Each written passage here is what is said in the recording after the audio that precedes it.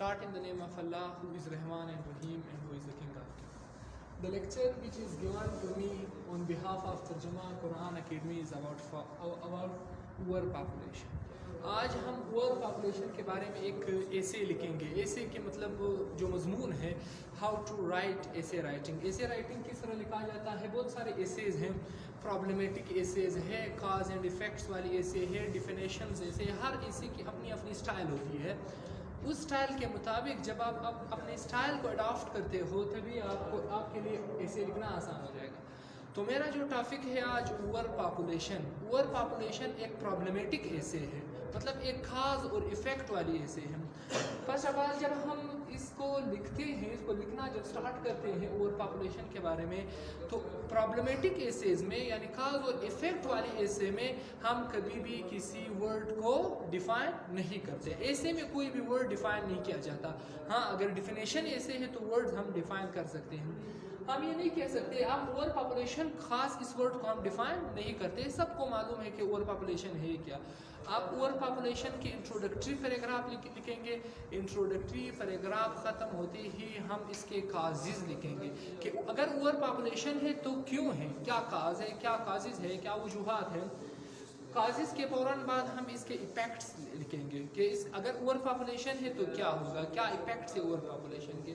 Over population کے effects کے بعد پھر ہم ریکمینڈ کرتے ہیں, مطلب how to stop, how to eradicate, how to alleviate over population from our beloved country. Okay, تو فرسٹ آف آل ہم انٹروڈکشن کرتے ہیں. انٹروڈکشن کیا ہے؟ انٹروڈکشن میں ہم کسی ورڈ کو ڈیفائن نہیں کرتے, ہم جسٹ اسٹیٹ کرتے ہیں کہ اوور پاپولیشن کیا ہے اور جو اوور پاپولیشن اس کے نقصانات کیا ہے, اوور پاپولیشن کے کازز کیا ہے. پھر بعد میں ہر ایک ٹاپک لکھیں گے کہ اس کے کازز یہ ہے, اس کے ایفیکٹس یہ ہے اور اس کے ریکمنڈیشنز یہ ہے. ہمیشہ دیکھو جب ایسے ہے کیا, مثال کے طور پر یہ جو الفاظ کا جو مجموعہ ہے, جو حروف کا مجموعہ ہے, اس سے ایک لفظ بنتا ہے. حروف کے مجموعے سے ایک لفظ بنتا ہے جس کو ہم الفابیٹ کہتے ہیں, اے بی سی. یہ حروف ہے, یہ لیٹرز ہیں. اب ان لیٹرز کو جب ہم کلیکٹ کرتے ہیں تو اس سے ایک ورڈ ہم بناتے ہیں. ورڈز کا جو مجموعہ ہے, الفاظ کا مجموعہ ہے, اس سے پھر ایک مطلب الفاظ کے مجموعے سے پھر ایک سینٹنس بنایا جاتا ہے. سینٹنس کی جو کلیکشن ہے, سینٹنس کا جو مجموعہ ہے, اس سے پھر ایک پیراگراف بنتا ہے اور پیراگراف کا جو کلیکشن ہے اسے ایک ایسے بنتی ہے. اوور پاپولیشن کے بارے میں ہم ایسے لکھتے ہیں. اوور پاپولیشن کا جو پہلا آپ کا سینٹنس ہے, اس پہلے سینٹنس کو ہم کہتے ہیں کیچر. ہم پہلے سینٹنس کو کسی بھی پیراگراف کے انٹروڈکٹری پیراگراف کی جو فرسٹ سینٹنس ہے اس کو ہم کیچر کہتے ہیں, یا ہم اس کو ہک کہتے ہیں. ہک وہ نہیں ہے جو کیچر, کیچ مطلب جب آپ ریڈر اور چیکر کے اٹینشن کو گریب کرتے ہو, جب آپ ریڈر کے اٹینشن کو گریب کرتے ہو, جب آپ ریڈر کے اٹینشن کو کھینچ کرتے ہو پہلے سینٹنس میں, تو وہ آپ کی پوری ایسے پڑھ لے گا. لیکن اگر آپ کا پہلا سینٹنس غلط ہے, آپ کے پہلے سینٹنس میں گرامر کی غلطی ہے, اسپیلنگ مسٹیکس ہے, وہ مسٹیکس ہے, تو وہ جو آپ نے کیچر دیا وہ کیچر بیسٹ کیچر نہیں رہا. تو جب آپ کیچر بیسٹ کیچر نہیں دیتے ہو, تو جب آپ بیسٹ کیچر